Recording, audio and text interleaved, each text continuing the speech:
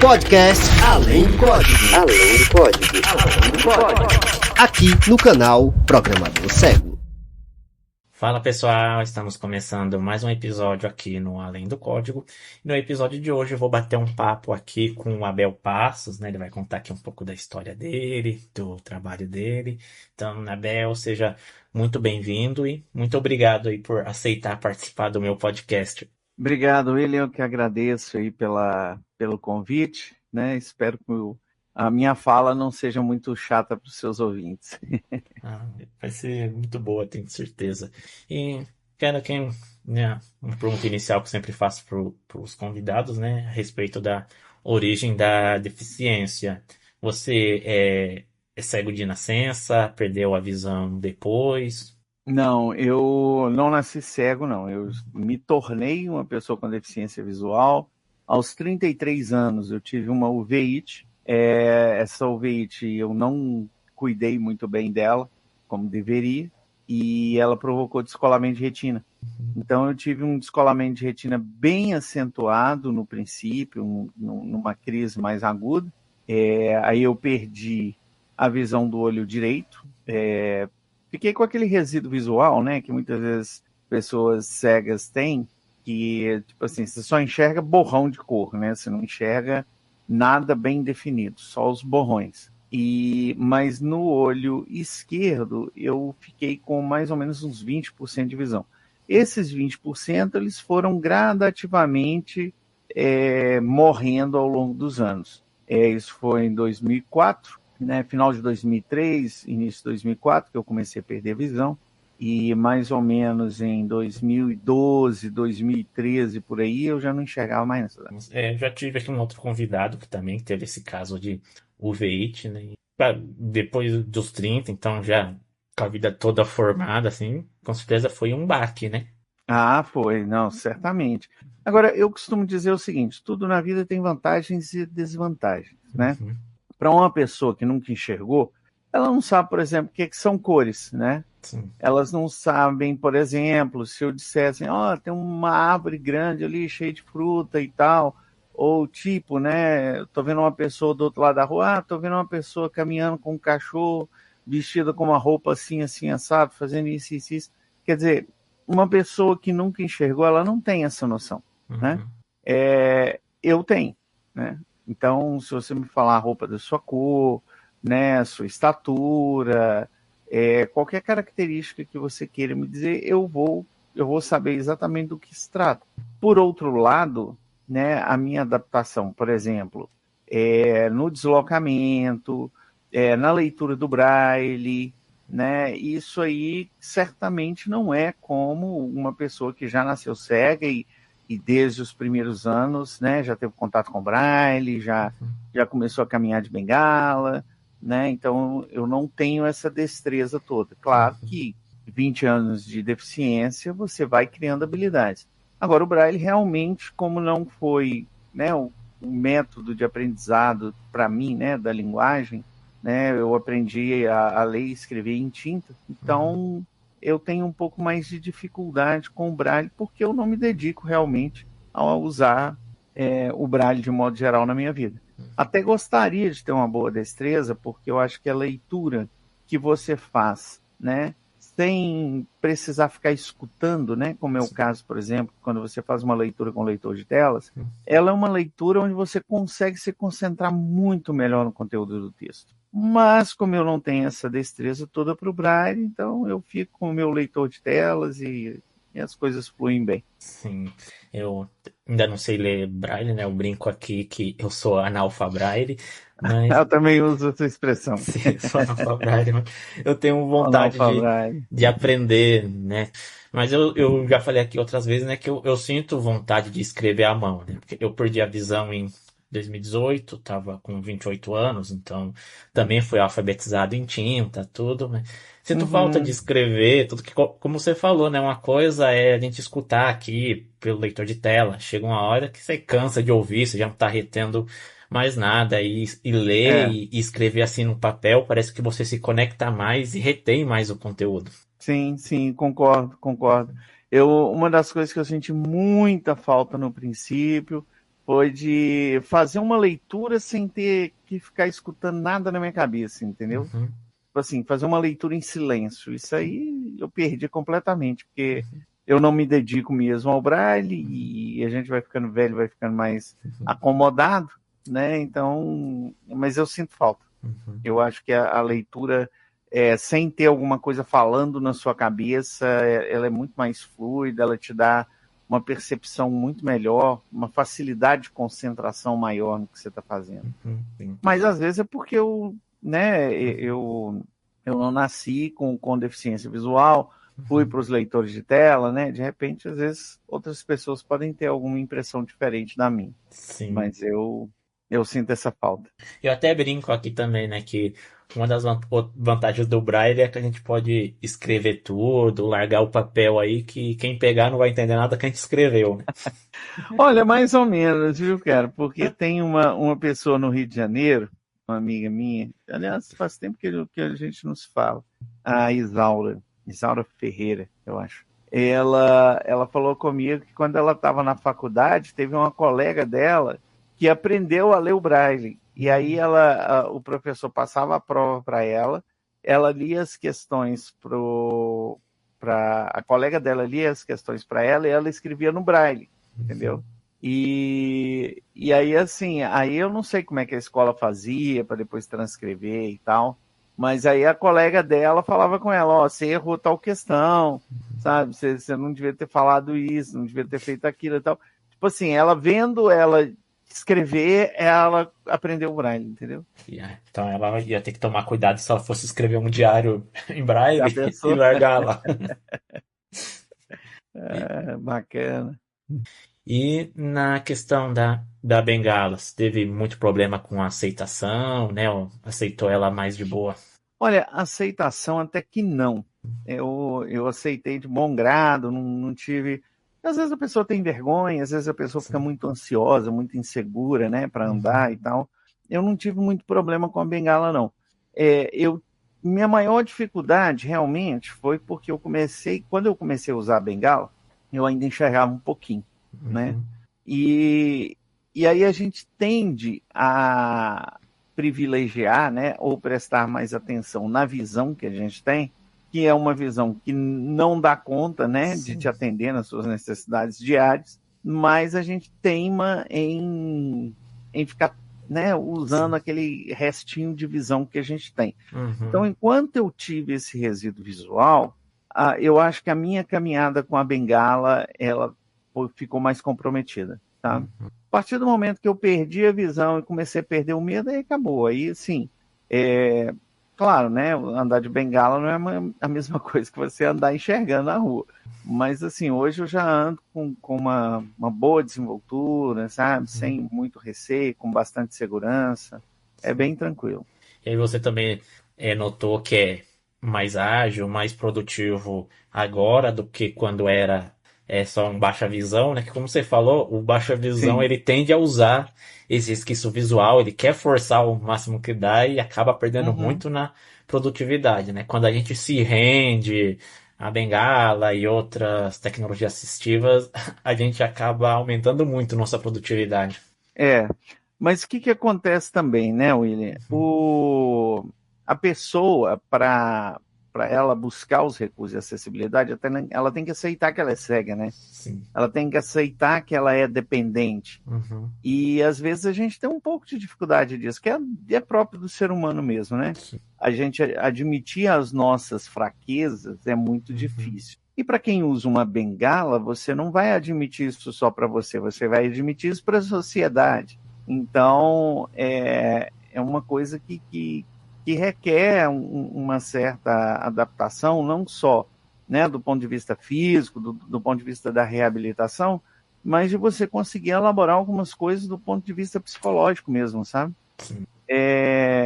De aprender a aceitar sem se discriminar, né? Porque muitas vezes a pessoa, às vezes se revolta, né? Às vezes se coloca num lugar, sei lá, de menos-valia, acha que a vida acabou, acha que as pessoas estão todo mundo olhando para ela com cara de pena, que estão isso, que estão aquilo, e isso vai dificultando um pouco o processo, né? Então, quanto mais cedo a pessoa né? O pessoal costuma usar a expressão luto da cegueira, né? Uhum. Então, quanto mais cedo a pessoa conseguir elaborar esse luto, mais rápido ela se reabilita.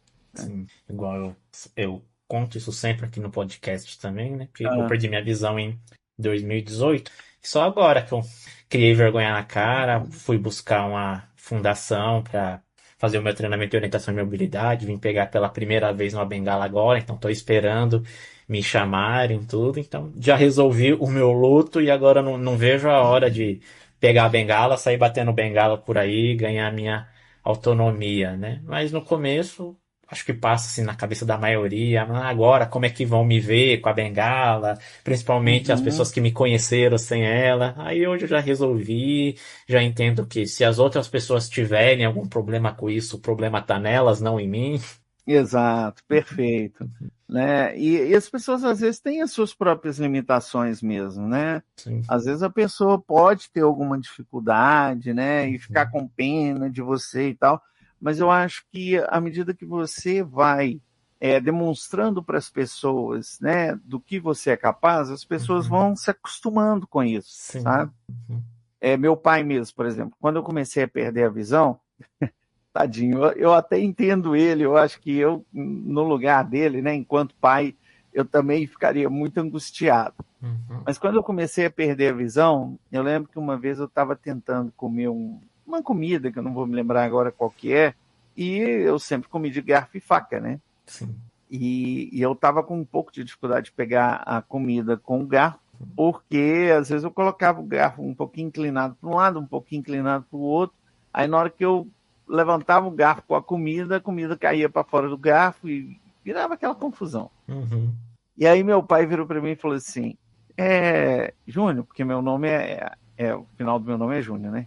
Aí ele falou assim, Júnior, você não quer uma colher? Eu falei, não quero uma colher. Não, mas eu pego a colher para você. Eu falei, não quero uma colher. Uhum. Não, mas o fulano, ele come com colher. Eu falei, tá, o fulano é o fulano, eu não gosto de comer com colher. Não, mas eu pego para você. Eu falei, não quero. Mas por que você não quer? Aí eu fiquei bravo. Eu falei assim, porque eu não sou retardado. Depois eu fiquei com dó, sabe? Porque eu imagino que ele devia estar muito angustiado, sabe? Sim. Hoje em dia não, hoje em dia meu pai veio aqui, a gente almoça junto, vai em restaurante e tipo assim, ele é super de boa, sabe? Ele Sim. lida muito bem com a minha deficiência, ele entende bem os meus limites, sabe? E ele não é aquele tipo de pessoa que fica insistindo, que às vezes tem pessoas, não sei se você já reparou, mas tem pessoas que no intuito de te ajudar, parece que a pessoa mais atrapalha do que ajuda, porque às vezes a pessoa fica tão ansiosa, tão naquela assim, eu não sei como é que eu ajudo, deixa eu tentar ajudar desse jeito, daquele, não sei o quê. Aí a pessoa te desorienta completamente, porque assim, ela tenta fazer 1000 coisas ao mesmo tempo, e às vezes não dá tempo nem de você raciocinar o que você realmente quer fazer, entendeu? Sim. Mas meu pai não, ele não é esse tipo de pessoa, entendeu? Uhum. Ele é super tranquilo, tipo assim, ele deixa eu tentar fazer aquilo que eu dou conta, entendeu? Mas ele tá lá, tipo assim, se eu precisar, eu falo assim, eu preciso disso, ele vai lá e me ajuda. Uhum. Então isso eu acho muito bacana nele, sabe? Sim. Mas a gente teve esse episódio da comida. Sim. Igual você também falou, né? Você estava com 33 anos quando perdeu. Na época eu não sei se você morava com seu pai e tudo, mas você passou também, sei lá, por uma fase de Não, rapaz. superproteção. Não, eu queria ir. Não, deixa que eu vou, eu te levo, não preciso sozinho, não. Isso tem. Não, cara, eu passei por uns perrengues, assim, cabulosíssimos. Quando eu comecei a perder a visão, eu não percebi que eu estava perdendo a visão. Uhum.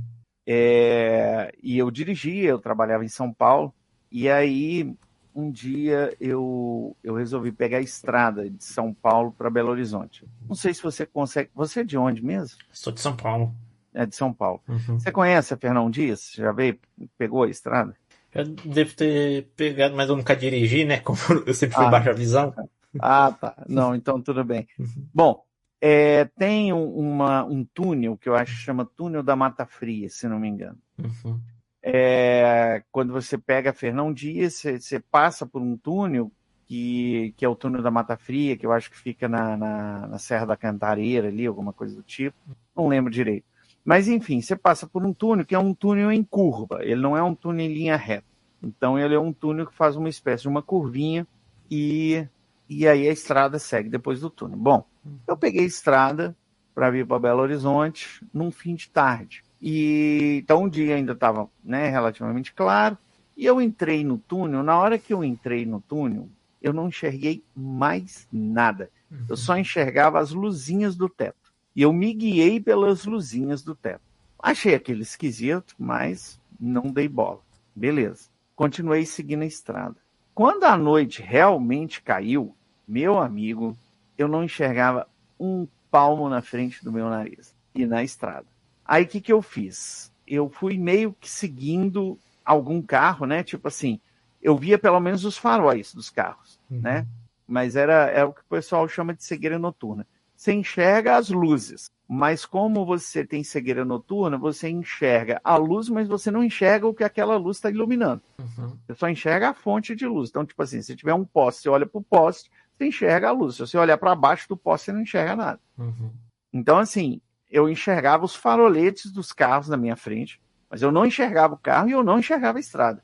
Beleza. Aí, assim, eu fui até chegar em Camanducaia, que é a primeira cidade... Não, eu acho que depois tem Extrema, depois de Extrema vem Camanducaia. Mas eu lembrei que em Camanducaia tinha uma cidade veraneio chamado Monte Verde, né? Que o pessoal fala que é a Suíça mineira e tal.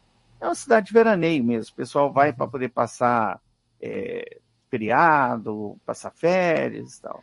Fica no alto de uma serra, é uma das cidades mais frias de Minas e tal. Beleza. E você entra nela por Camanducaia. E eu lembro que era mês de junho e estava muito frio. Aí eu perguntei para alguém, entrei na cidade, devia ser no início da noite, perguntei onde que era a estrada para Monte Verde, alguém me indicou, eu peguei a estrada. Meu amigo, aí a coisa piorou. Por quê? Porque a estrada, para Monte Verde, ela é no meio de uma serra. E a estrada, a rodovia normal, né, ela tem umas faixas no chão, né, demarcando as pistas, demarcando as laterais e tal. Então, assim, mesmo na estrada, mesmo enxergando quase nada, eu pelo menos enxergava as faixinhas na rodovia. Só que na estrada para Monte Verde não tinha faixa absolutamente nenhuma. Para você ter uma ideia, teve uma hora que eu desci do carro e andei na frente do carro para poder saber para onde que a estrada estava indo. Consegui chegar em Monte Verde, achei um quartinho lá, aí liguei para casa, que eu estava vindo para casa dos meus pais, avisei que eu estava cansado, que eu ia ficar lá em Monte Verde e que depois eu ia seguir, no outro dia de manhã, eu ia seguir para Belo Horizonte. Bom, assim eu fiz, né? E a partir daí a coisa foi só piorando, até um dia em que eu estava trabalhando, e aí eu tive um descolamento parcial da retina. Eu lembro que eu estava mexendo no computador e a tela do computador mudou. Tipo assim, eu não entendi muito bem na hora o que tinha acontecido. Eu só sei que, de uma hora para outra, eu enxergava a tela de um jeito com o olho direito e enxergava a tela de outro jeito com o olho esquerdo. Aí eu apavorei, aí eu vim para Belo Horizonte, procurei médico, aí foi aquela confusão, aquela correria. Só que aí o negócio já tinha chegado num grau que já não tinha muita correção, entendeu? E aí, tipo assim, né, o que eu negligenciei de tratamento levou ao descolamento total de um dos olhos e o outro ficou com os 20%, e foi o que eu consegui manter até mais ou menos 2012, 2013, por aí. Então, assim, foi complicado, cara. Eu me considero um sobrevivente, porque, olha, essa experiência minha, eu acho que eu não desci ladeira abaixo no caminho para Monte Verde, porque Deus não quis. Falar o negócio. Não tinha chegado sua hora ainda. Não, meu santo é forte, rapaz. Meu anjo da guarda estava de plantão no dia, porque eu vou te falar, viu? Foi tenso, foi muito tenso. Sim. E aí você falando, né? Tava mexendo no computador. Aí você então já trabalhava com tecnologia desde antes? Sim. Eu comecei a trabalhar com com computadores, né, de modo geral, na década de 80. Né? Eu não tenho vergonha de falar a minha idade, não. Estou com 54 anos. Eu comecei a trabalhar mais ou menos com uns 15 e eu peguei assim os primórdios, né, da informática. Não cheguei a pegar o cartão perfurado. O cartão perfurado foi um pouquinho antes da minha entrada na informática, mas eu peguei, por exemplo, aqueles primeiros computadores da Apple, né, o Apple II, peguei os processadores de 8 bits, né, processador Z80, 8085, né, tinha alguns computadores CP500 da Prológica, tinha o TK2000, TK85. Para você ter uma ideia, o meu computador ele tinha os fabulosos 64K de memória. Uia! A jato? Não, um foguete, rapaz, um foguete. E o disquete, que era o flop disk, né, que era o disco flexível, tinha o absurdo de 360K de armazenamento. Olha só. E eu que achava que 1.44 megabyte, que foi o que eu peguei, era pouco. Imagina quantas coisas dava para gravar nisso. Rapaz, 360K tinha o sistema operacional e os arquivos. Você enfiava no computador e ele executava. Era uma coisa bacanérrima, assim, sabe? De você ver. Tudo bem, era uma coisa para a tecnologia de hoje em dia, uma coisa arcaica, né? Mas é legal, assim, né? Ter passado por toda essa evolução, né? Quem é que ia imaginar que, sei lá, 30, 40 anos depois a gente ia estar com inteligência artificial perguntando para o computador, né, as coisas mais variadas possíveis e o computador te respondendo, né? Era uma coisa futurística demais para a gente, né, na época. Mas eu peguei isso aí, em 89 eu comecei a fazer a universidade, né, a graduação em ciência da computação na PUC, aqui em Belo Horizonte. Aí eu comecei a trabalhar na área, aí eu trancava o semestre, ia trabalhar e ficava trancado uns 2, 3 anos e voltava. E aí nessa brincadeira eu levei 10 anos para formar, né? E assim, no final da minha carreira profissional, eu estava trabalhando em São Paulo com uma empresa que ela tinha como cliente as principais operadoras de telefonia do Brasil.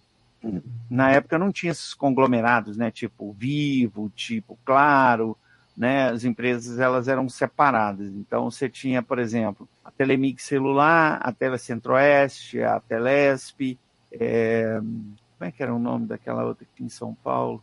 Ai, não vou lembrar agora, mas enfim. Aí essas operadoras principais se juntaram e criaram a marca Vivo, né? Então a Vivo, na verdade, ela não é uma única empresa, ela é um conglomerado de empresas que tem uma marca, né, que representa elas. Então a empresa que eu trabalhava, como ainda não tinha, né, esse conglomerado, ela tinha como cliente algumas dessas grandes operadoras, dentre elas a Telemig Celular, a Telecentro-Oeste. Ai, gente, como é que era o nome? Telefônica, lembrei. Era Telefônica lá em São Paulo. E aí eu trabalhava nessa empresa. O sistema que eu trabalhava era feito em C e C++, ANSI C e C++, usando Unix como sistema operacional e banco de dados Oracle. E o sistema né, no qual eu trabalhava, tinham várias equipes que trabalhavam no sistema, e cada equipe era responsável por um módulo do sistema. Então você tinha um módulo, sei lá, que captava o sinal da estação rádio base, da ERB, né, que é a antena que recebe o sinal do celular. Aí gerava um monte de registro, aí esse registro vinha para o banco de dados, aí você tinha um módulo que pegava aquele registro, fazia os filtros, aí você tinha um outro módulo que pegava o registro e aplicava o pacote de dados do cliente. Aí você tinha um outro que depois que aplicava o pacote de dados do cliente, ele gerava uma espécie de cobrança, né? Aí depois você tinha um outro módulo que pegava, né, aquilo que o cliente pagou, que não pagou, e gerava a contabilidade da empresa, enfim. Era um sistema grande, sabe? E eu trabalhava num desses módulos e, cara, trabalhar com C e Unix é a coisa mais linda do mundo. Eu tenho uma saudade disso que você não tem noção, cara. Eu sempre gostei das coisas difíceis, eu nunca gostei das coisas muito fáceis. Eu me considerava um escovador de bits, sabe? Sim. Hoje eu estou mexendo com Python, aí eu pego o Python lá, e aí você vai, por exemplo, cortar uma string, você coloca a variável, abre colchete, 2 pontos, fecha colchete, eu olho para aquilo e falo assim, gente, que evolução que é isso? Uhum. E outras coisas que o Python tem, que tipo assim, vai tentar fazer isso no C, você vai ter muito trabalho. Entendeu? O C não te entrega nada de graça. Para você fazer as coisas mais básicas, você tem que escrever muitas linhas de código. Mas é rápido, né? Muito rápido, ele é muito eficiente. Eu lembro que uma professora minha, quando eu estava fazendo, que tem essa outra coisa também, né? Eu mexi com informática até eu começar a perder visão, aí eu fui aposentado, aí eu fiz uma graduação em psicologia, aí eu fiz um concurso, larguei a aposentadoria para voltar a trabalhar. Até hoje eu penso se isso foi uma boa ideia, mas já tomei essa decisão, agora tá, né? Enfim. Talvez a minha vida seria mais tranquila, mas tudo bem. E aí eu brinco que a minha carreira ela é meio esquizofrênica, porque eu comecei na computação, aí eu fui para psicologia, aí eu fiz especialização em psicanálise, depois eu comecei um mestrado em computação, aí eu larguei o mestrado da computação, mas eu não desisti do mestrado porque eu não estava dando conta. Eu desisti do mestrado porque eu descobri que com o diploma de computação, como não tinha correlação direta com o meu cargo, né, meu cargo público, eu não ia conseguir a progressão que eu queria. Para eu conseguir a progressão que eu queria na carreira, eu precisava fazer um mestrado numa outra área, entendeu? E aí, assim, foi uma coisa que me deixou muito triste, por quê? Porque hoje eu trabalho na UFMG e eu trabalhava atendendo os alunos com deficiência. E eu via a dificuldade que os alunos tinham com conteúdos matemáticos. Então, a minha ideia era criar um add-on para o NVDA para leitura de fórmulas matemáticas. Depois eu até descobri que tem o Axis 8 Math, né, que é bem completo, inclusive. Então, eu estava até pensando em utilizar ele no meu mestrado e tal. Comecei a fazer algumas traduções para eles, comecei a estudar o código e tal. Aí, quando eu descobri que, mesmo eu desenvolvendo um projeto pedagógico numa instituição educacional, eu não ia ter a progressão que eu queria, falei, cara, é com muito pesar que eu largo meu mestrado de computação, mas eu tenho que pensar no lado financeiro, porque, né, pesa. Aí eu fui para psicologia, que são duas coisas, na verdade, são duas coisas que me agradam muito, sabe, que me realizam profissionalmente muito. É a computação e a psicologia, por mais que possa parecer um pouco contraditório. Sim. Mas aí o que é melhor, ouvir o computador ou ouvir as pessoas? Essa é uma boa pergunta. Eu acho que cada coisa tem o seu lugar. Tá? Tem horas, eu brinco, às vezes eu mudei de cargo agora recentemente, mas quando eu estava no cargo anterior, eu trabalhava no Núcleo de Acessibilidade e Inclusão lá do UFMG, quando a gente tinha reunião e a gente tinha que discutir casos de aluno, eu costumava dizer o seguinte, que eu tenho uma chavinha interna, uma chave. Quando essa chave está virada para o lado da psicologia, eu sou um cara muito flexível. Eu consigo relativizar tudo, eu consigo pensar em possibilidades, eu sou um cara empático. Agora, quando a chavinha muda para a área de exatas, meu amigo, ou é ou não é 0 ou 1, e não tem conversa, entendeu? Então, eu tenho essa chavinha interna, entendeu? E tipo assim, aí quando eu estava atendendo os alunos, tipo assim, eu era um cara super receptivo, sabe? Eu entendia as dificuldades dos alunos e tal. Na hora que eu via que o aluno começava a abusar, eu falava, filho, agora acabou sua folga, entendeu? Aí eu não dava muita moleza para os meninos, não. Mas o problema é que às vezes a direção queria que eu fizesse algumas coisas que eu não concordava, que eu achava que era abuso dos alunos, mas eles mandavam. Manda quem pode, obedece quem tem juízo. Eu sou um cara ajuizado, então eu obedecia. Mas eu deixava bem claro que, tipo assim, olha, isso eu não concordo. Mas vocês estão mandando, eu vou fazer. Aí eu fazia. Mas assim, eu me posicionava, entendeu? Que fique bem claro, eu não concordo. Estou indo sob protesto. Exatamente. Aí era o meu lado de áreas exatas, entendeu? É o lado radical. Tipo assim, não tem flexibilidade, acabou a flexibilidade, entendeu? Agora, quando você percebe que realmente a pessoa está passando por algum tipo de sofrimento, por N motivos, né? Porque a vida universitária é de muita pressão, né? Ainda mais numa universidade pública. Porque quando é universidade privada, né? Tem muita universidade privada aí que o aluno ele não é simplesmente um aluno, ele é um cliente. Sim. E o cliente tem que ser satisfeito porque ele está pagando. Então, na verdade, a escola, a aula vira um produto, né? Tipo assim, se eu estou pagando por um produto, eu quero um produto de qualidade, eu quero que o produto me atenda. E como é que uma aula te atende? Se você for aprovado na disciplina, ponto. Se você aprendeu ou não aprendeu, é outra história. Se dane para lá, mas se eu estou pagando, eu quero ser aprovado. Né? Essa é a lógica de muitas universidades particulares. A universidade pública não tem isso, entendeu? Não tem conversa. Tipo assim, eu estou revoltado. Você está revoltado? Pois é, mas vai ter que fazer assim mesmo. Então, assim, às vezes a pressão é muito grande porque você não... Eu também, era uma outra coisa que eu costumava brincar muito nas reuniões que a gente fazia para discussão de caso de aluno. Né? Quando o aluno começava a vir reclamando muito, eu sempre falava, o choro é livre. Chorar, pode chorar à vontade. Se vai conseguir o que quer, já é outra história. Mas o choro é livre, entendeu? Então, assim, é o que acontece muito, né? Quem está na universidade, principalmente na universidade pública, o choro é livre, né? Só que aí, às vezes, as pessoas elas entram num processo de adoecimento mental mesmo, às vezes não dá conta, né? Às vezes tem crise depressiva, crise de ansiedade, dá de tudo um pouco.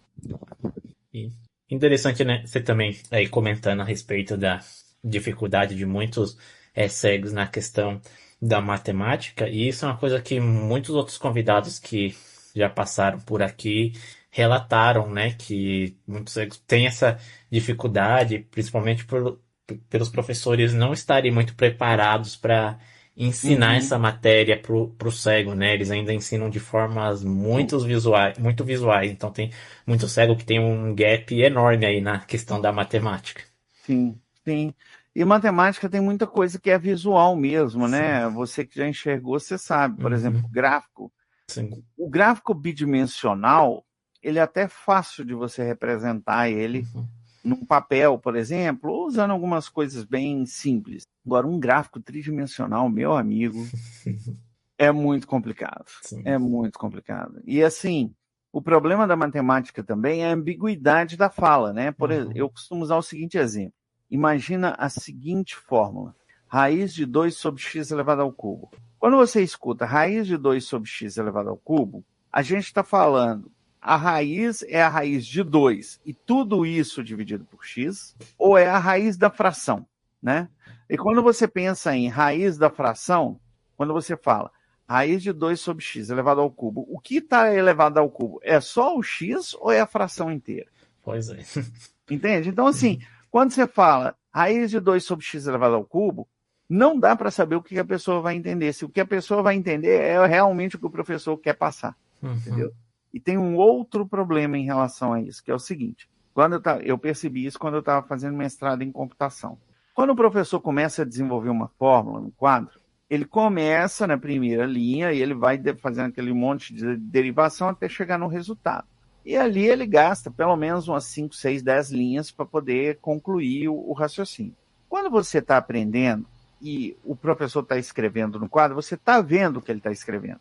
Então, se você, na hora que ele está desenvolvendo um raciocínio, você não entendeu muito bem, você olhando, você volta na linha anterior para poder entender o que ele fez, para poder chegar na linha seguinte. Só que quando você não enxerga, você não tem esse recurso de voltar atrás para poder saber o que o professor escreveu. Porque mesmo que o professor já tenha lido isso para você, ele já vai estar lá na frente. Aí, você tem que memorizar o que o professor está falando e digamos assim, o esforço cognitivo para poder ficar memorizando tudo que o professor fala, para você não perder a sequência de raciocínio dele, chegava num ponto que, assim, da metade da aula para frente eu já não prestava atenção mais porque eu não dava conta. Não tinha a menor condições. Sim. Sem contar o cansaço mental que isso me dava, né? Então, assim, esse é um dos problemas, assim, que eu consigo perceber, né? E outra coisa também, você já viu a grafia Braille de matemática? Não. Meu amigo, o negócio é surreal. Eu tenho um amigo meu que é cego de nascença, eu acho, e inclusive revisou Braille lá do FMG.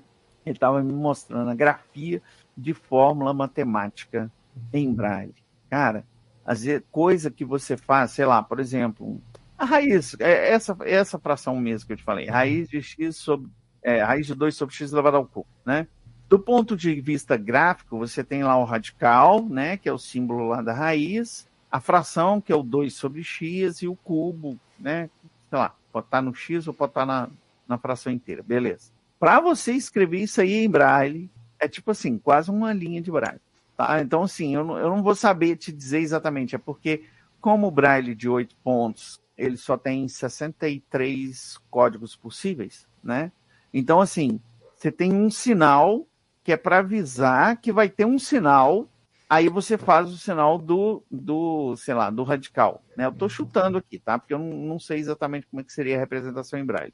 Aí você faz um outro sinal, que é para delimitar a fração, por exemplo. Aí você faz um outro sinal para identificar que o que você vai escrever é um número. Aí você faz o sinal do 2. Aí você faz um outro sinal para você dizer que você vai fazer um outro sinal matemático. Aí você faz o sinal do travessão, né, da divisão por x. Aí você faz um outro sinal para indicar que você está escrevendo uma letra. Aí você escreve o x. Aí você faz um outro sinal para indicar que você está escrevendo uma potência. Aí você faz um sinal para indicar que você está escrevendo um número. Aí você escreve o número 3. E é isso. Entendeu? Então, eu estou explicando a grosso modo, talvez quem saiba Braille vai até me criticar do jeito que eu estou falando, mas é mais ou menos por aí. Entendeu? Então, assim, para você ler uma fórmula, vamos dizer assim, relativamente simples, com a codificação em Braille, meu amigo, você tem que escrever muita coisa, né? E nesse aspecto, quem é deficiente visual tem uma perda, assim, na compreensão e um nível de esforço para poder conseguir entender, que a gente tem que tirar muito chapéu para quem faz graduação em matemática ou na área de exatas e não enxerga absolutamente nada. Porque quem tem baixa visão, né, usa uma lupa, usa um recurso óptico qualquer e tal, ele se vira. Mas quem nunca enxergou, meu amigo, tira o chapéu, de verdade. Tá explicado, porque tem mais cego em humanas do que em exatas. Os cegos vão tudo pro direito, não estão querendo saber de matemática, física, química. Direito, psicologia, sociologia, letras. Sim. Né? Letras tem bastante também. Agora, tem muita gente na área de biológicas mesmo, por exemplo, fisioterapia. Né? A gente encontra muito deficiente na área de fisioterapia. Em outras áreas eu não vou saber dizer assim a quantidade de pessoas. Na área de educação também tem bastante. Pedagogia, né? Enfim. Tem algumas áreas que nível de exigência, né, pensando aí no esforço cognitivo, é menor e você consegue acompanhar melhor os conteúdos, né? Agora, a matemática realmente é sofrido, viu, cara? É muito sofrido. E aí, na questão, né, da informática, você já trabalhava com isso, né, antes de perder a visão. Aí, como é que foi a sua adaptação com o computador depois que perdeu a visão, né? Reaprender algumas coisas. Foi sofrido, cara. Foi sofrido. Porque Unix é um sistema operacional, não sei se você já mexeu com Unix. Ainda não. Mexeu com... Não? Ainda não. Sério que você nunca mexeu com Unix? Cara, Unix é lindo, lindo. Porque assim como o C, o Unix ele não te entrega as coisas de graça. Hoje em dia, até que nem tanto, porque tem muito ambiente gráfico, né? Mas exatamente pelo fato dele não te entregar nada de graça, você tem um nível de flexibilidade nele absurdo.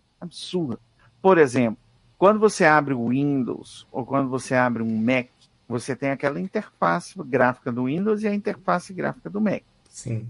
No Linux, eu vou usar o Linux como referência, né? Porque o Linux ele é baseado nos sistemas Unix. Cara, você pode ter a interface gráfica que você quiser. Você tem GNOME, você tem Unity, você tem Mint, você tem KDE, você tem, cara, tem uma gama de possibilidades sem ter...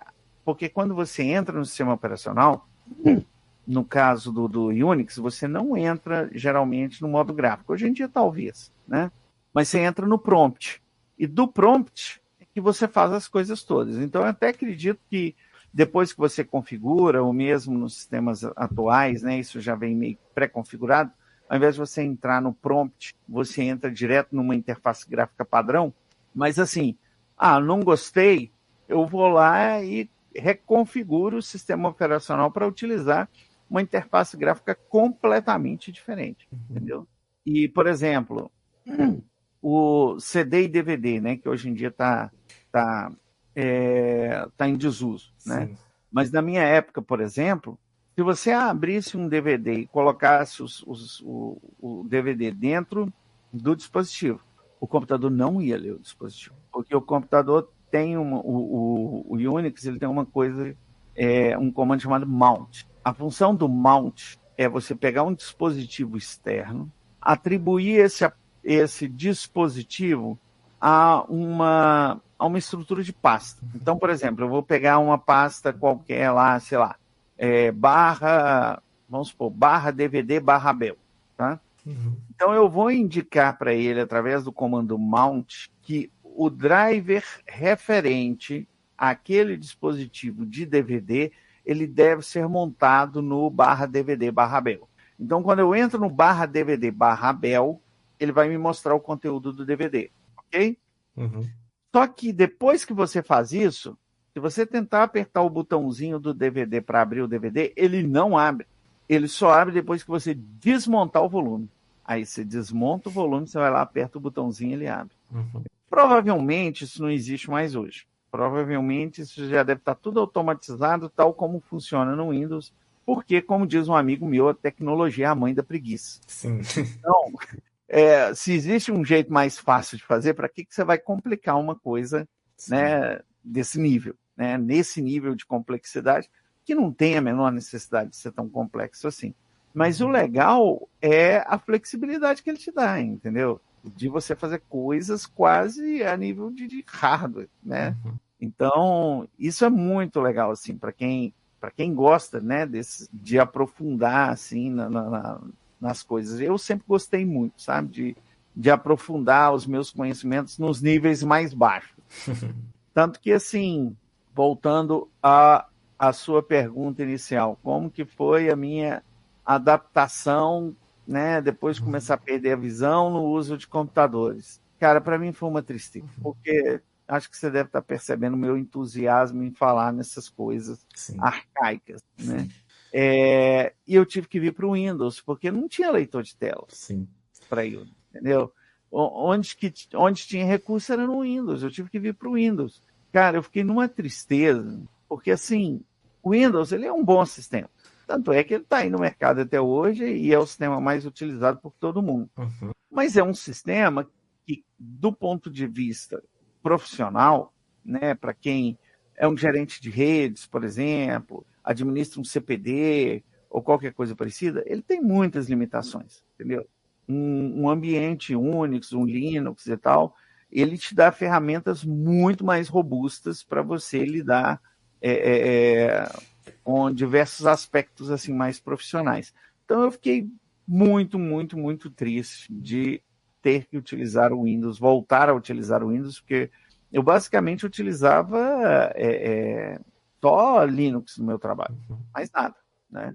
E terminal, aqueles terminais que a gente usa, né, para poder acessar um ambiente Unix e tal, que é mais ou menos o que a gente usa agora, né, para poder acessar essas máquinas virtuais, né, da Amazon, da Microsoft e tal. Eu basicamente usava isso, não usava interface gráfica bonitinha, sabe? Era escovador de bit mesmo, eu gostava daquela telinha do prompt lá, entendeu? Ficar vendo aquele monte de número lá e fazendo um monte de malabarismo. Mas eu precisava de alguma coisa que me permitisse usar o computador. E aí não teve outro recurso, teve que ser o Windows, entendeu? Aí eu fui me adaptando, hoje eu já estou bem adaptado. Hoje, assim, como eu estou mais voltado para a área de psicologia, né? Porque hoje eu estou no mestrado de Psicologia, Psicanálise e Educação. inclusive. Então, eu desenvolvo, né, junto com o Rui Fontes e o Ângelo Abrantes, né, que são da equipe do NVDA lá de Portugal. Eu já desenvolvi alguns addons junto com eles, né? Tem o addon dos dicionários, o addon da agenda. Eu ia tentar, inclusive, mexer no addon do Tesseract para deixar ele um pouco mais dinâmico. Mas, cara, eu tô tão focado hoje em psicologia que quando eu abro um código para poder mexer, eu olho para aquilo que me dá uma preguiça. E não é depois de ChatGPT, né, cara? Depois de ChatGPT, aí é que dá preguiça mesmo. Você já usou o ChatGPT? Quem que não usou, né? Cara, o negócio é surreal. Eu fiz um formulário, precisava fazer um formulário para recepção de calor, sabe? E era um formulário cheio de abas, cheio de detalhes e tal. Aí eu fui e escrevi lá no ChatGPT assim: eu preciso de um formulário feito em WX-Python, que é uma interface gráfica do Python, né? Que é inclusive a que é utilizada no NVDA. Eu preciso de um formulário em Python, uma janela em WX-Python que tenha, sei lá, 7 abas. Cada uma dessas abas tem os títulos tais, tais, tais e tais. Faça o código para mim e depois eu vou te falar o que eu quero em cada aba. Aí ele fez o primeiro código. Aí eu virei e falei assim: agora você vai acrescentar nesse código o seguinte conteúdo na aba tal. Aí eu falei: um campo de texto com etiqueta tal, um combo box com as opções X, Y, Z, um campo de edição formatado para data em formato brasileiro, blá, blá, blá, blá, blá, blá, blá. Cara, em uma manhã eu fiz um formulário com 7 guias e em cada guia tinha 7 guias, 7 formulários diferentes. Em uma manhã.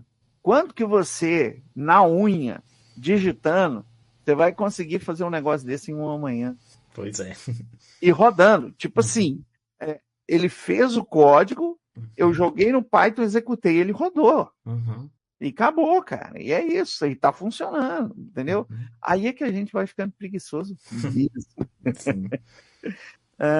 Bom, mas é isso, cara. Eu sinto saudade do Linux, mas hoje bem menos, porque minha vida tá focada para outras coisas, nem tanto assim para informática.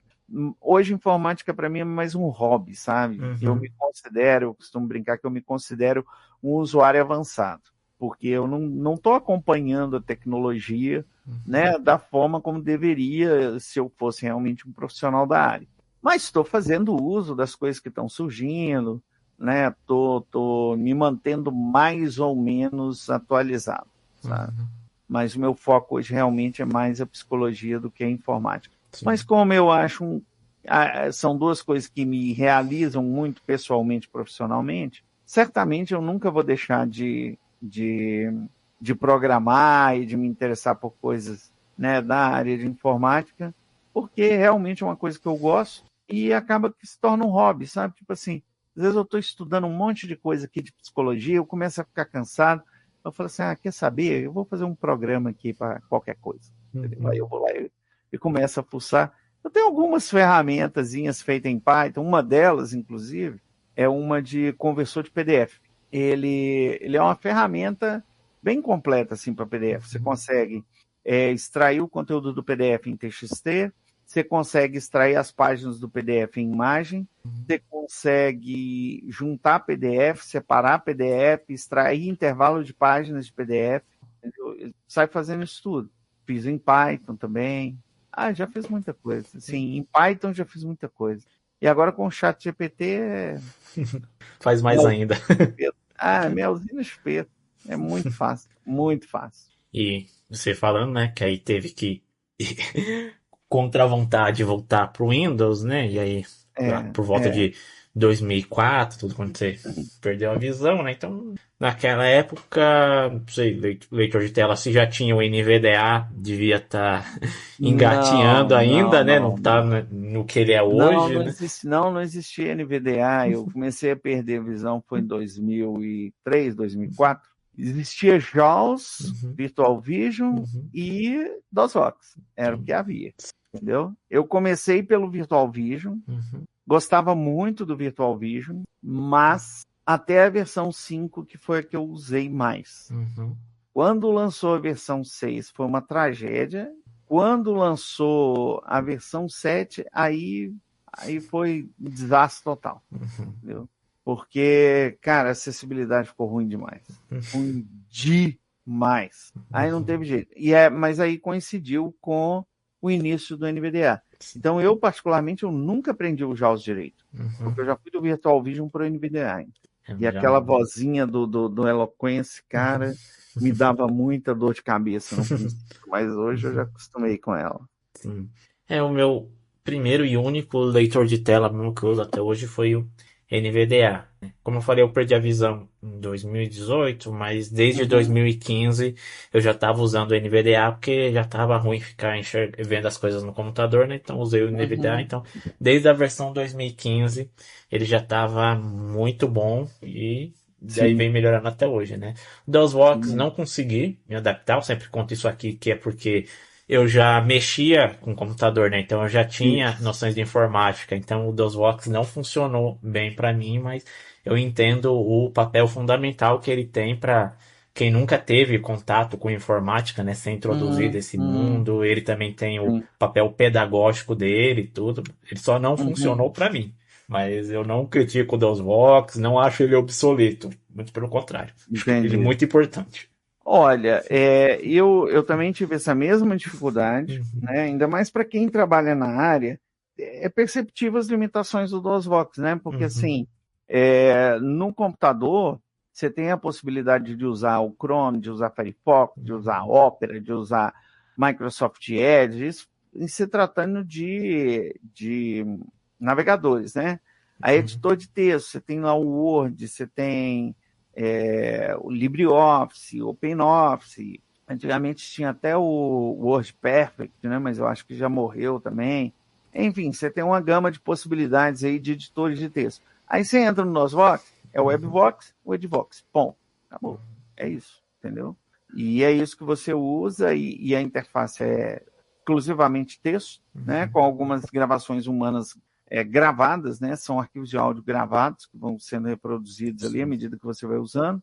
É prático, é rápido, mas tem muitas limitações. A minha crítica em relação ao DOSVox é porque, assim, se por um lado é o primeiro contato de quem tem deficiência com o computador e para introduzir a pessoa na informática, realmente ele abre portas, por outro lado ele fecha algumas. Porque a pessoa, depois que ela aprende o DOSVox, ela não quer aprender a usar um leitor de telas, entendeu? Porque o DOSVox ele é muito simples e ele é muito fácil, né?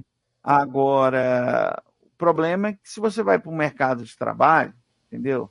E seu chefe pede para você redigir um texto, ele não quer que você redija o texto no Edvox, entendeu? Quando ele vai pedir para você acessar um site, né? Por exemplo, sei lá, você vai acessar um Google Docs. Eu desconheço se com o WebVox você consegue abrir uma página do Google Docs, entendeu? Então, ou seja, tem muitas coisas que são limitações e às vezes a pessoa que aprende ali o DOSVox, ela fica com preguiça de alcançar acessar outros espaços e outros recursos. Então, assim, minha única crítica em relação ao DOSVox nem é tanto o DOSVox, né? É o fato de, às vezes, ele engessar muito, né, a pessoa com deficiência aqui nesse primeiro contato com a informática. Mas eu entendo que ele é muito útil para quem tem dificuldade, até com o teclado, né? Ele tem muita ferramenta bacana para isso. A gente aprendeu a digitar com ele. Você? Tô falando muita gente, né? Já aprendeu a digitar com DOSVox. Sim. Eu tive uma vantagem nesse aspecto. Quando eu estava lá antigamente era da primeira série até a oitava série, depois era científico, primeiro, segundo, terceiro ano científico, que era primeiro grau e segundo grau. Hoje em dia, ensino fundamental e ensino médio. Quando eu estava no que seria o ensino fundamental, no colégio que eu estudava, tinha umas aulas de algumas coisas meio variadas, assim, sabe? Tinha aula de datilografia, tinha aula para você fazer silk em camisa, tinha aula de pirografia, tinha aula de um monte de coisa. Então tinha umas coisas alternativas, você podia escolher o que você queria fazer. E eu fiz aula de datilografia.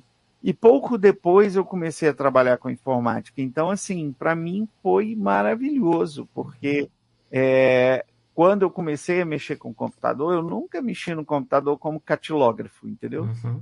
Eu sempre mexi como datilógrafo. Então, eu não precisava olhar para o teclado, né? Eu usava aquelas referências ali do F e do J, Uhum. né? Colocando o dedo indicador ali, e eu usava todos os dedos para poder digitar, né? E uso até hoje. Então, assim, isso me ajudou demais a ter uma destreza maior com o teclado, sabe? Uhum. E você também falando, né, quando você gostava do Unix, digitar lá os comandos, tudo, né? Vou te falar, né? Eu ainda sou usuário de Windows, tudo, mas curto também um terminalzinho, fazer tudo no terminal. Por mais que hoje tenha, assim, umas ferramentas gráficas que até que são bem acessíveis, por exemplo, o The Beaver para mexer com banco de dados, eu ainda prefiro ir lá digitar os comandos mais querem, tudo no terminal, lá no CMD, tudo. Gosto mais do terminal do que ficar dando tab, essas coisas em interface gráfica. Sim, é. Eu desenvolvi lá para o meu trabalho um sistema que eu chamei de entrevista inicial, que é quando o aluno chega e aí você vai entrevistar, você vai, né, fazer um cadastro assim, coletar os dados cadastrais dele, depois informações sobre deficiência e tal, etc. Não, peraí. Na verdade foi uma parte desse programa foi feito usando o banco de dados SQLite, não sei se você já usou. Sim, já usei O S... uma vez quando estava tentando aprender o Django do Python. Pois é, o SQLite ele tem uma vantagem muito grande, porque ele é um banco de dados, só tem uma dele, Sim. entendeu? Então você leva o banco de dados para onde você quiser. Uhum. E aí o que eu fazia? Eu abria o prompt, dava um comando lá, SQLite 3, o nome do banco de dados que eu estava criando. Ele abria o prompt do SQLite para mim, eu dava lá os create table, né, o select, o insert, tudo que eu precisava, Uhum. eu fazia direto ali no terminal, entendeu? Sim. Era bem bacana. Até hoje, se eu precisar usar, eu uso. Mas como eu estou no mestrado, né, de educação, nesse momento eu estou muito preguiçoso para esse tipo de coisa. Mas futuramente, né, igual o povo fala, né, mas para quem não enxerga, talvez não se entenda muito bem isso. E o povo fala que andar de bicicleta você nunca esquece, né? Então, tipo assim, você pode até, se você passar muito tempo sem andar de bicicleta, você tem um pouco de dificuldade na hora que você tenta retomar. Mas daí a pouco você já sai andando. Então, eu acho que informática é mais ou menos isso, entendeu? Sim. Se você mexeu com SQL alguma vez na sua vida, você pode passar anos sem mexer, mas se você tiver que criar um banco de dados, com pouco tempo você já relembra tudo, já sai criando as coisas e as coisas saem funcionando. E você também, né, que já contribuiu com os addons do NVDA, você comentando aí, eu Uhum, te falar, sim. aprender a criar addons para o NVDA é uma coisa que eu tenho muita vontade de aprender, mas aquele guia de desenvolvimento dele lá, sei lá, ele parece muito básico, eu não consegui aprender muita Não, coisa por ele. ele é mal documentado. Uhum. Muito mal documentado. O que o pessoal fala é o seguinte: você aprende muito mais o NVDA lendo código de outros addons Sim. do que propriamente utilizando aqui. Eu também tive um pouco de dificuldade com aquele manualzinho, sabe? Uhum. Eu achei que é muito blá blá blá, bem pouco objetivo, simplório demais, Uhum. sabe? E aí eu comecei a desenvolver junto com o Rui Fontes e com o Ângelo, né?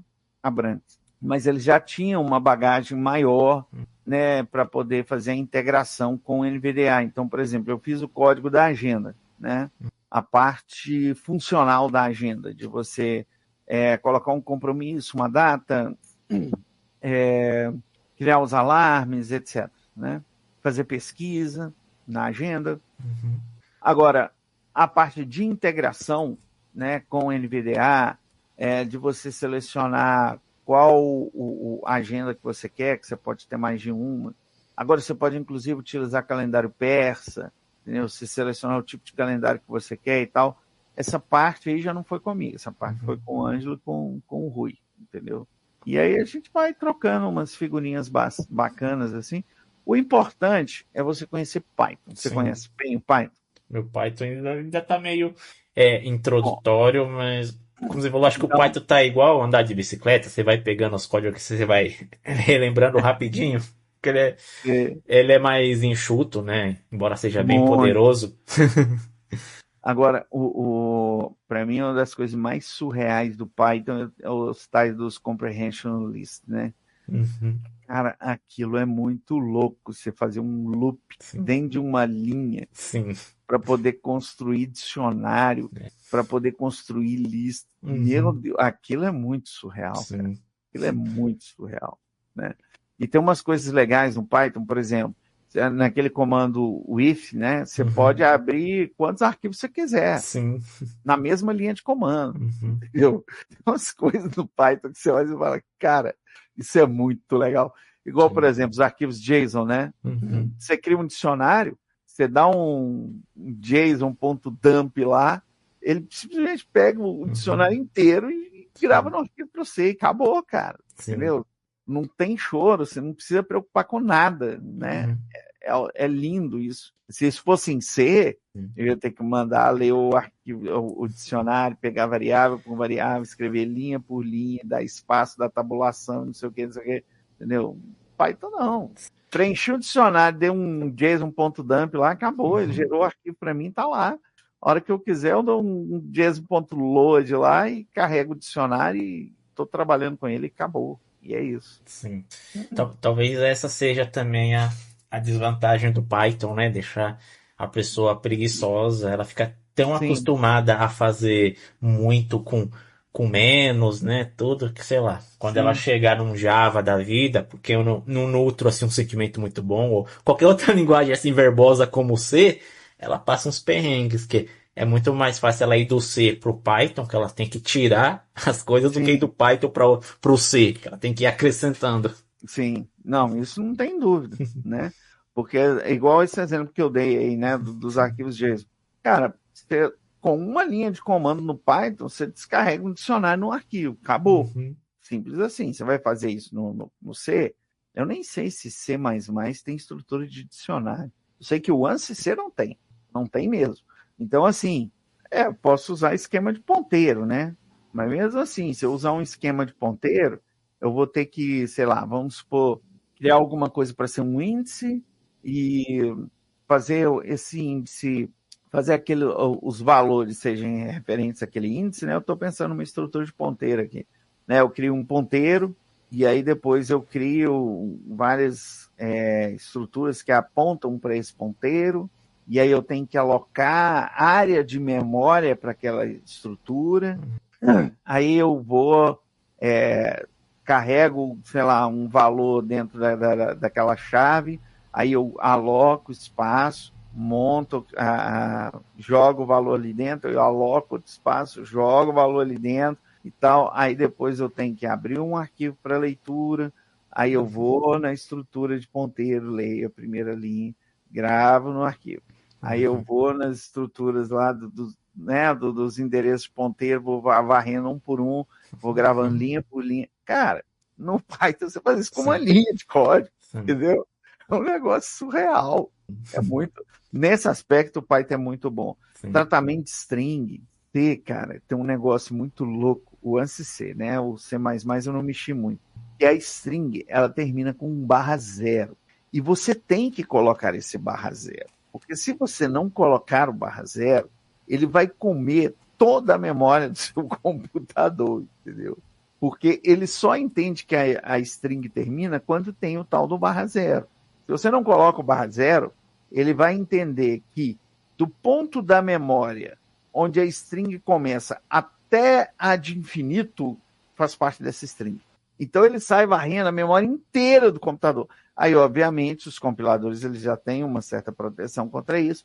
Ele vai e gera um erro e descarrega os dados, né, da memória na minha época eu chamava core dump, hoje em dia eu não sei como é que chama, depende do compilador.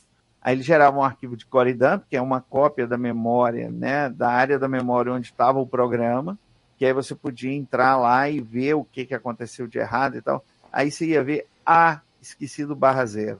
Cara, Python, esquece, você não precisa nada disso.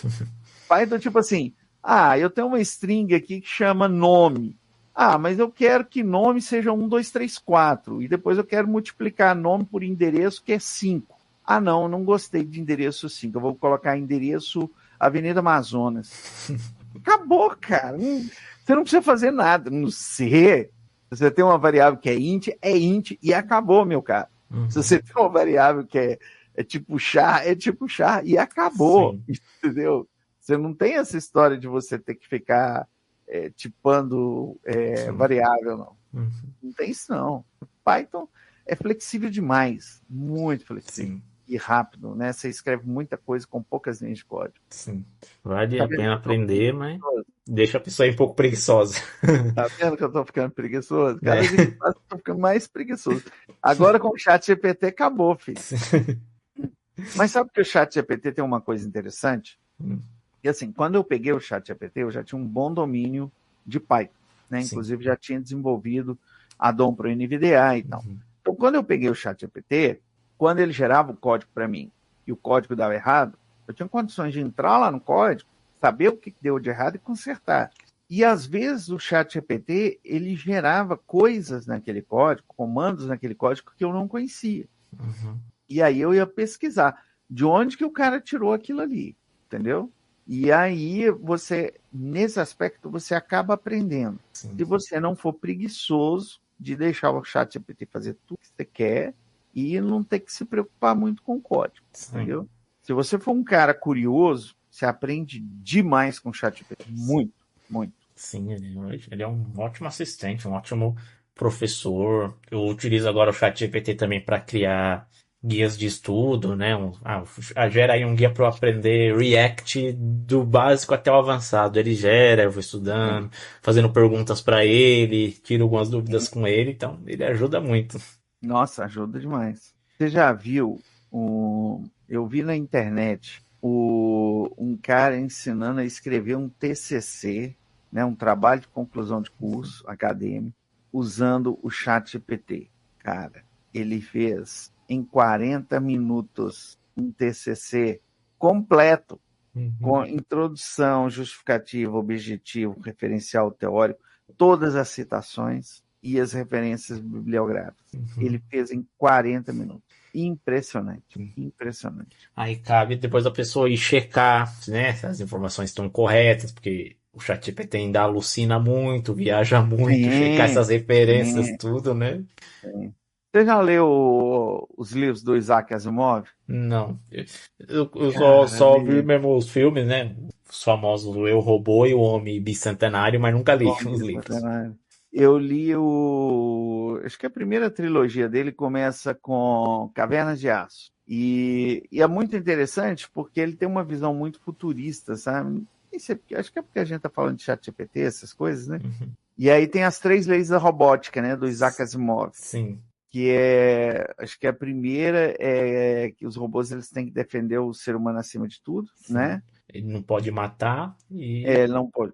E acho que ele tem que obedecer qualquer ordem que lhe é dada, a menos que entre em conflito com as outras leis. Exatamente. E ele deve proteger o ser humano a qualquer custo, né? Mesmo que ele corra risco, digamos assim. Sim. Né? Então, se ele perceber que tem algum ser humano correndo risco, ele tem que defender o ser humano. Né? Mas por que eu estou lembrando disso? Sei lá, a gente está falando do ChatGPT, das alucinações do chat. Sei lá. Não estou lembrando agora mais por que eu lembrei do Isaac Asimov, mas certamente é uma boa leitura. Sim, está na minha lista também. Mas eu fico vendo assim o ChatGPT, todo esse potencial que ele tem, né? Que eu já vi um vídeo sobre mostrando inteligência artificial conseguir até decifrar agora manuscritos muito antigos, conseguir entender as radiografias lá pelas imagens, coisas que a pessoa não estava conseguindo decifrar, a IA já consegue fazer. Aí eu já fico pensando, não vai demorar muito, porque talvez um dia a inteligência artificial conseguir descobrir tratamentos médicos, cura para doenças, porque ele vai conseguir analisar todo o banco de dados, registros médicos assim, em segundos e criar uma coisa doida lá. Sim. William, eu acho que isso já está acontecendo. Isso já está acontecendo. Eu participo de uma lista sobre inteligência artificial que foi criada pelo Ângelo Abrantes, lá de Portugal. E aí eles mandam notícias todos os dias, 20, 30 links lá para você consultar o que você quiser. Nesse momento de mestrado, eu não tenho condições de acompanhar. Inclusive, falei com ele, falei, eu não tenho condições de acompanhar seu grupo. Eu estou lá, mas não consigo, não. Mas, eventualmente, eu entro lá para ver algumas coisas, e isso que você falou já está acontecendo, né? Por exemplo, cientistas, eles têm lá, por exemplo, duas, três bases de dados. Sim. E eles querem filtrar algumas informações dessas bases de dados para poder chegar a alguma conclusão de alguma coisa lá que eles querem. O ChatGPT faz isso para eles, assim, não só muito rápido, como também muito preciso. Sim. E, às vezes, chegando a resultados que os próprios cientistas jamais teriam como perceber. Sim. Aquele resultado específico, entendeu? Sim. É muito ler todos os papers lá, aqui, ler esses milhões de papers, todos esses artigos aqui e concluir alguma coisa. A inteligência artificial faria. Não vou me surpreender algum dia aí a IA descobrir a cura para o câncer. Olha, eu também não duvido, não. Uhum. Você me fez lembrar agora um filme chamado A Geração de Proteu. Provavelmente não é da sua época, porque não era da minha época. Entendeu? E você é mais novo do que eu, então, certamente, a não ser que você tenha visto ele num outro plano encarnatório antes de você vir para a Terra. Mas, enfim, isso foi mais ou menos no início da década de 70. Então, tipo assim, a tecnologia não estava tão avançada assim, né? E dá até para perceber, assim, no filme, que os robôs eram bem grosseiros, sabe? Mas, enfim, era a tecnologia da época. E nesse filme, tinha um computador chamado Proteu, que tinha inteligência artificial, que o objetivo do computador era responder as perguntas dos cientistas, tal como acontece hoje no ChatGPT. E aí, só que eles limitavam o acesso do ChatGPT aos bancos de dados que eles tinham. Uhum.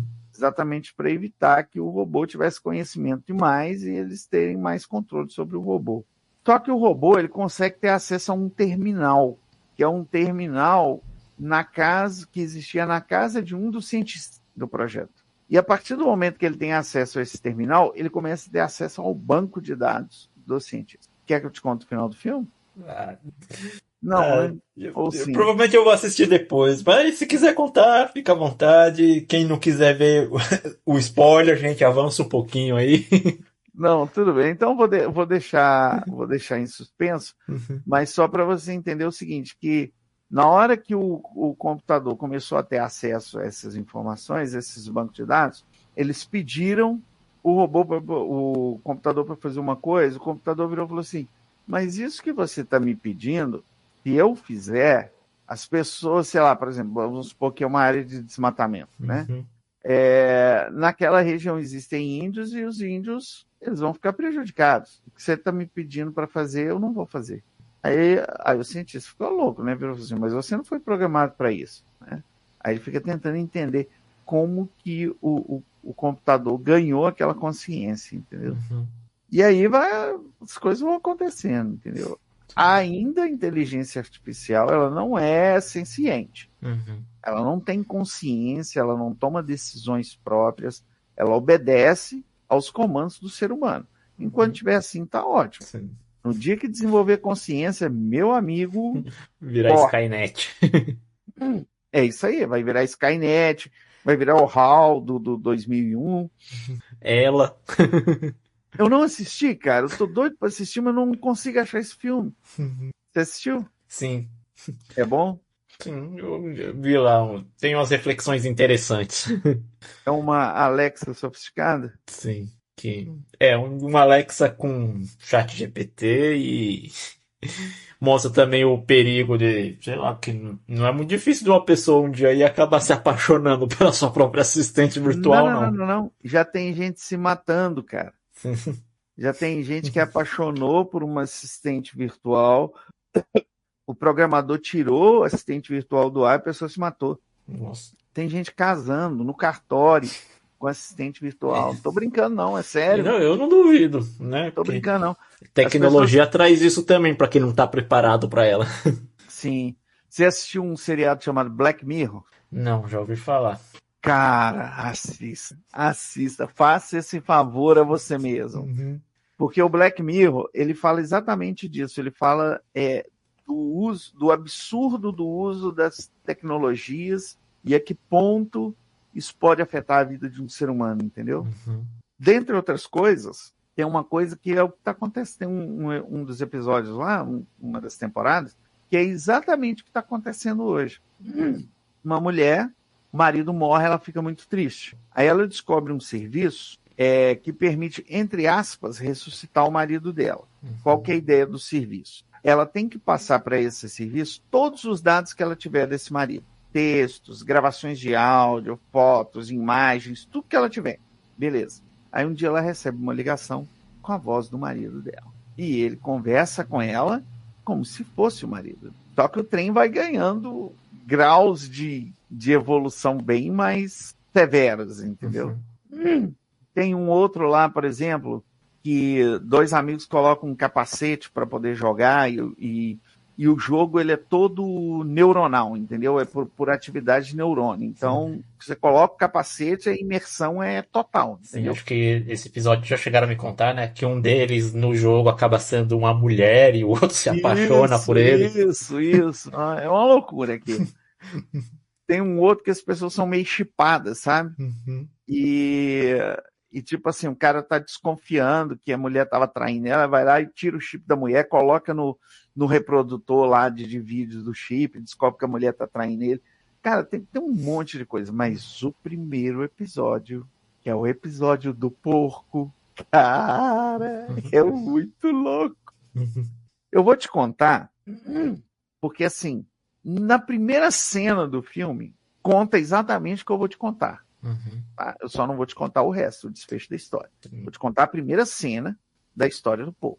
O sistema de inteligência britânico está correndo atrás de um cara que sequestrou a princesa, a filha lá dos reis lá da Inglaterra.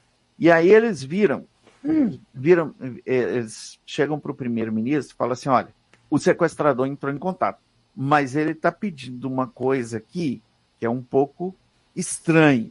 Aí ele vira e fala assim, não, o que ele está pedindo? Aí ele vira e fala que para ele libertar a princesa, o primeiro-ministro tem que transar com um porco em rede nacional, tá? É esse o nível de viagem.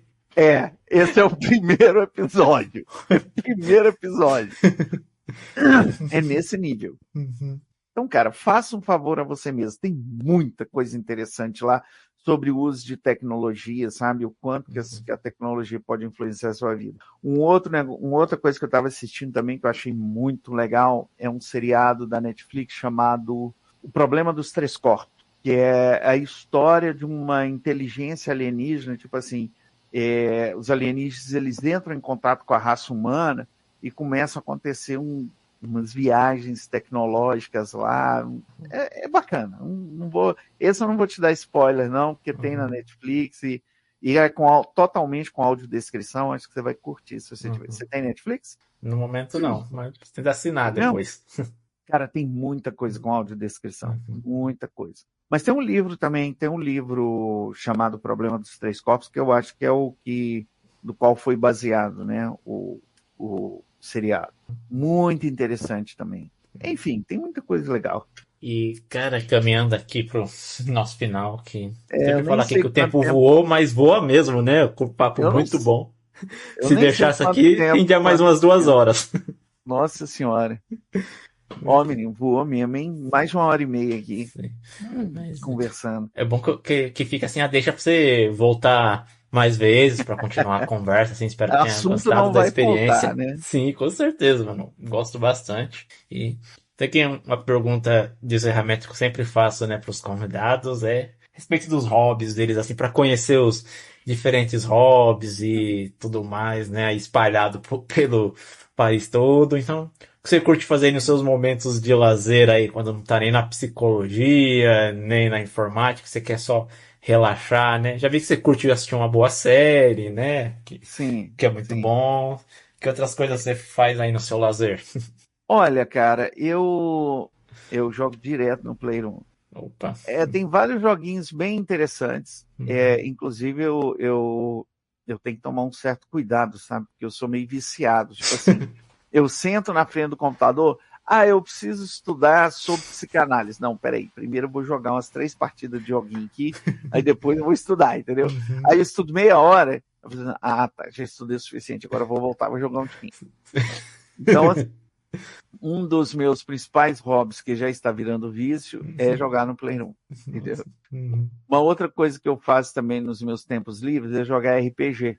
Eu tenho um grupo de amigos que joga RPG, mas não é RPG de computador, é RPG de mesa. Sim, D&D. Tô esperando um mestre aí colega meu aí que tá montando uma mesa, mas até agora não começa a partida pra eu começar a jogar com o meu orc mago. É mesmo? Isso eu não sabia, não. Você joga RPG de mesa também ou você vai começar agora? Eu joguei durante a pandemia, né? Se reunir online aí pra jogar. Aí deu a parada, aí a galera tá querendo se reunir agora de novo, né? No momento dessa gravação pra gente jogar. Estamos esperando aí marcar a data. Não, é legal demais. Sim.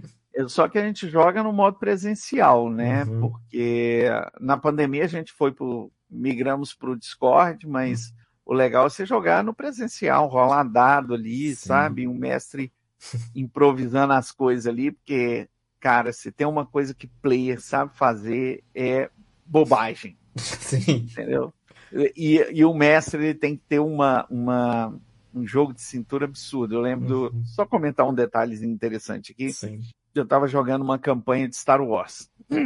E nessa campanha, o mestre, a gente estava todo mundo ali no nível 7, 8, e o mestre, ele colocou um Jedi de 14º nível para a gente combater, entendeu? Só que aí, na hora de rolar as iniciativas, a gente saiu com as iniciativas maiores do que a desse Jedi, que era o NPC. Só que a gente tirou 4 críticos seguidos. O cara não agiu, ele caiu no primeiro round. Cara, foi muito engraçado, porque aí, tipo assim, o mestre certamente não esperava que isso fosse acontecer.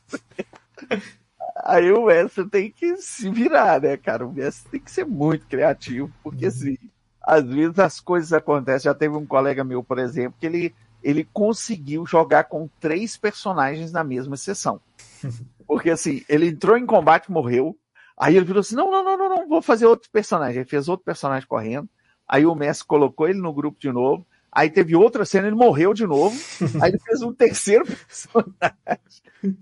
E aí dá essas coisas, entendeu? É divertido. Eu curto demais. Sim. Jogar RPG com o povo, dar uns quebra-pau. É doido. E eu gostava, né, que eu era o único cego, né, na party, mas não fazia diferença, né? Tá tudo no mesmo barco, tinha que descrever tudo. Sim, no Discord, né? Sim. Agora, eu consegui agora recentemente, cara, um negócio muito legal que é dado em braille, dado de RPG, dado de 20 faces, de 10 faces, 12 faces, sabe? Muito legal. E eu lembro que eu fui jogar com esses amigos meus, aí eles viraram e falaram assim, mas se você rolar esses dados aí, como é que a gente vai saber os números que você tá tirando aí? Como é que a gente vai confiar no você? Você já não sabe os números que você tá tirando. Eu falei assim, engraçado, né? A gente joga há tanto tempo, vocês rolam os dados para mim, eu tenho que confiar no que vocês estão falando. Agora vocês não vão confiar em mim não, né? Algo de muito errado não tá certo. Não é? Eu toco violão também, tá meio paradinho ultimamente, mas eu toco violão também. Eu fiz curso de massoterapia, mas não é um hobby, e eu também estou muito destreinado, né? Quando eu fiz reabilitação, eu fiz curso de massoterapia, aí eu fiz uns cursos lá de drenagem linfática, massagem relaxante, quick massagem, bambuterapia, e fiz umas coisas. Eu fiz um bocado de coisa na minha vida, cara. Mas acho que atualmente de hobby, já que você excluiu a programação desse quesito, eu acho que é jogar joguinho, RPG, leitura também. Eu gosto de ler muitas coisas, ler romance, sabe? Eu entrei um dia na internet, procurei assim, 100 melhores livros para você ler, né? os clássicos da humanidade. Um que eu li que eu achei chatíssimo, mas eu terminei de ler para falar assim, não, eu li esse livro, foi Don Quixote de La Mancha. Achei chatíssimo.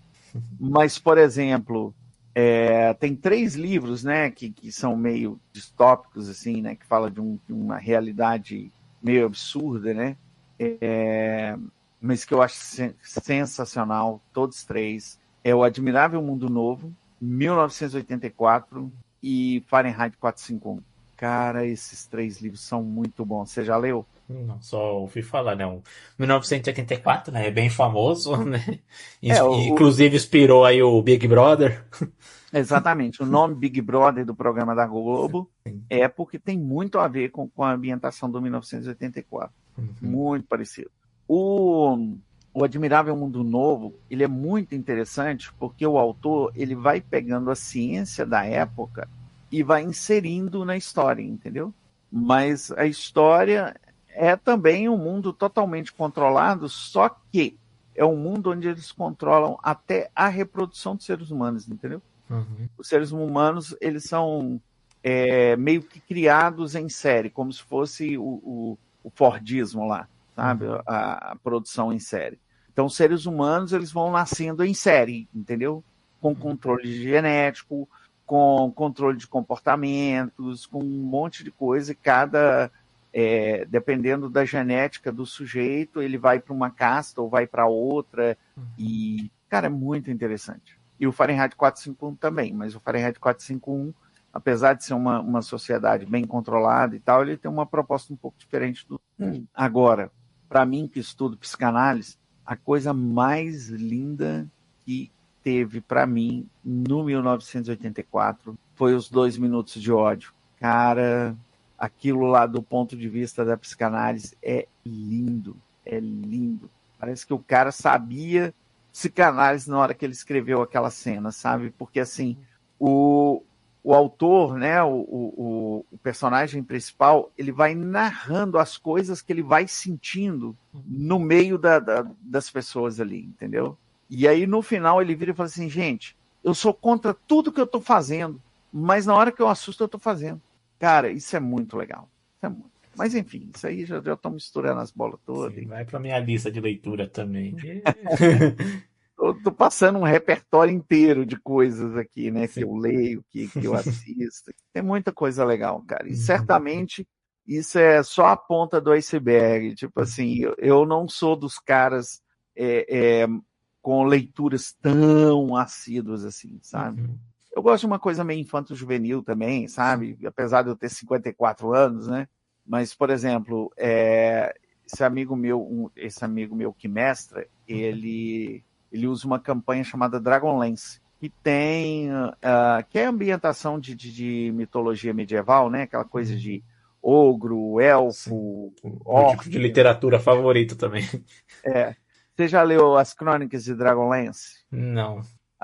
Então depois, se você quiser, eu te mando. Bem legal. E o cara mestrou dentro dessa ambientação, sabe? É muito legal, assim. É aquela coisa para você ler e você não precisa pensar, entendeu? É para relaxar. Inclusive, eu estou terminando de ler um dos livros, porque eu já li 2 trilogias e agora tem um outro livro que é pós essas 3 trilogias que eu estou lendo agora. Enfim, eu falo demais, né? Imagina, caralho. O papo foi muito bom mesmo, eu gostei bastante, espero que você tenha gostado. Obrigado mesmo aí por esse tempo que você cedeu para essa gravação e fica já aí o convite já para voltar mais vezes para a gente continuar esse papo, que não, tem muitos assuntos ainda que a gente pode discutir. Não, beleza. E você pode colocar um freio em mim, tá? Porque eu falo demais.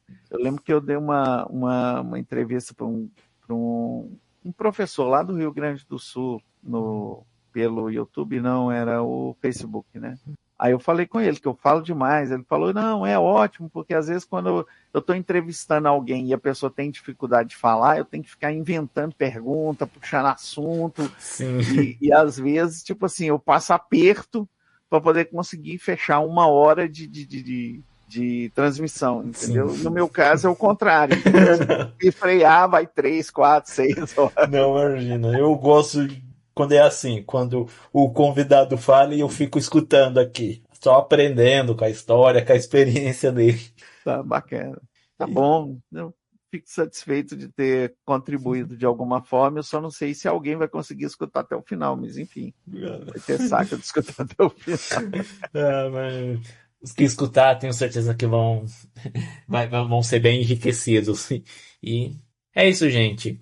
Depois, né, o Abel deixando as redes dele, se ele quiser, né, eu deixo os links aí para vocês seguirem ele lá depois, né? E se você, né, conseguiu assistir até aqui e gostou, né, deixa o seu like aí para sinalizar que você gosta, né? Essa é a forma do YouTube perceber que você gosta desse tipo de conteúdo e te recomendar mais. Se você é novo por aqui, né, esse é o primeiro episódio que você está vendo, seja muito bem-vindo. Considere se inscrever aqui no canal e ativar o sininho para ser avisado quando tiver vídeo novo. Confira os outros episódios. Já conversei com muita gente bacana aqui, igual o Abel. Ainda também tem muita gente para vir, então fica ligadinho aí e confira as outras playlists que eu tenho aqui no canal também, né? Tem os meus conteúdos de programação, né? Tem aí o PHP, JavaScript. Ainda não tem Python. Quem sabe no futuro eu traga um pouquinho sobre o Python, mas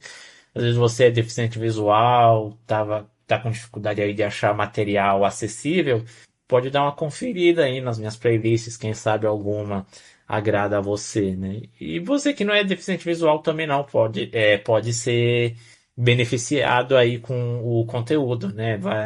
Pode acabar se incomodando um pouco com o leitor de tela lá falando no seu ouvido, mas com o tempo você pode se acostumar. E é isso, gente. Nos vemos no próximo episódio. Até mais, pessoal.